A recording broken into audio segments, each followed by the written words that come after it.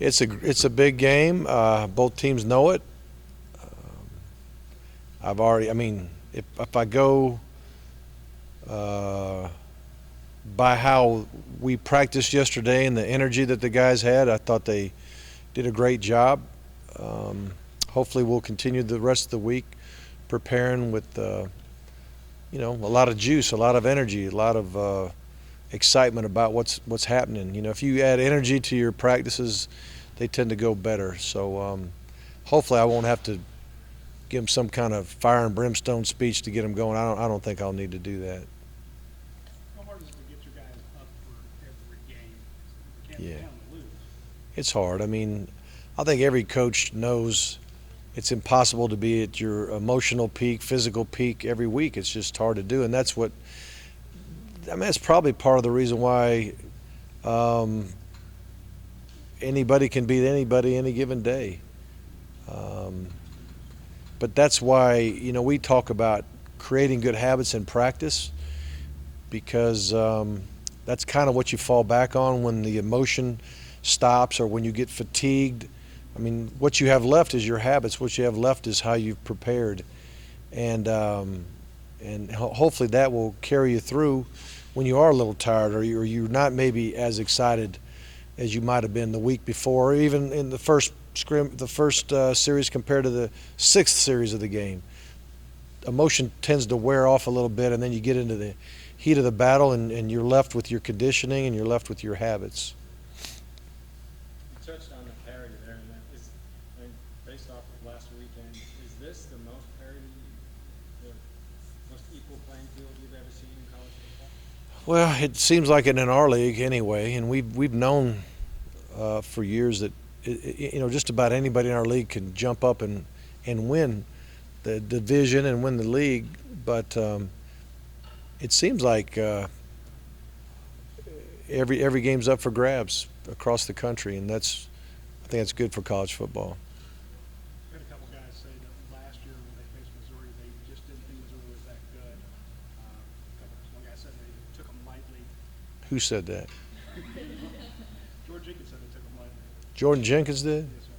Well, that's what happens when you're a freshman or a junior, sophomore, whatever he was. That's not a good thing to say. We have a situation now where they're not taking them lightly. But you said that the practice was up, there's more energy yesterday. What are your guys taking from last year's defeat into this year? I don't know, other than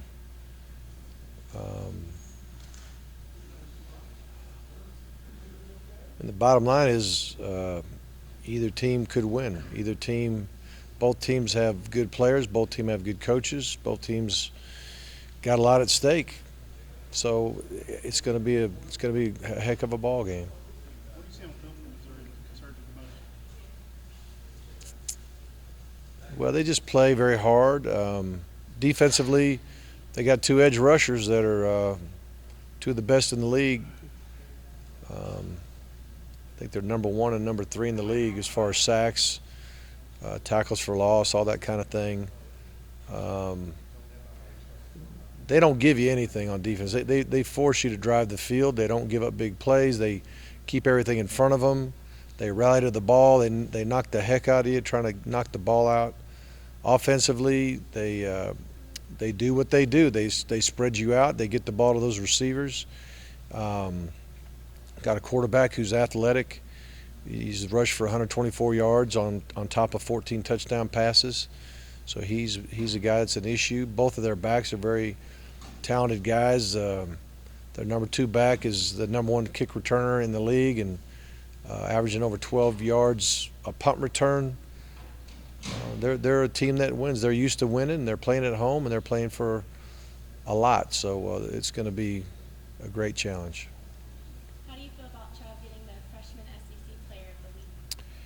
Well, I'm happy when our guys get those types of accolades. It means they had a good day. And Chubb is a very talented guy and got a lot of yards on not many carries. He's a real tough physical ball player and very conscientious with his assignments and pass protection and things that a lot of people don't really notice sometimes. But for a freshman, he's done very well, and I'm happy for him. is he in a situation now where in a road game like this, and as important as your protections are with those edge rushers, where you guys trust him in those big situations? Well, I doubt we'll have many times that we'll ask them to block those guys by themselves. There are times we do that, but usually it's a quick passing game, and they may, sprint up on a guy and try to cut block him, get his hands down so we get the ball thrown. But if we're going to hold the ball for any length of time, it's going to be mostly up to the tackles and maybe the guards if we're sliding our protection a certain way. We may ask our backs to what we call a chip block, where they'll get a little piece of the guy on the way out to help the tackle. But I doubt we'll have them just one-on-one with those guys. Can you talk briefly about your disciplinary policy and why you are how you are about that? Well, I think Georgia's a great place, and I think that it's a privilege to be a player at Georgia. And I think that I owe it to the university and to the team, the rest of the team, to make sure that everybody there is doing right. And if you don't do right, then you might lose that privilege, that opportunity. I don't enjoy letting a guy go, but sometimes he makes a decision or a series of decisions that cost him that opportunity. So all those guys, I wish them well, but I can tell you that the guys that are here are doing things right, and they deserve to be around teammates that are going to do right.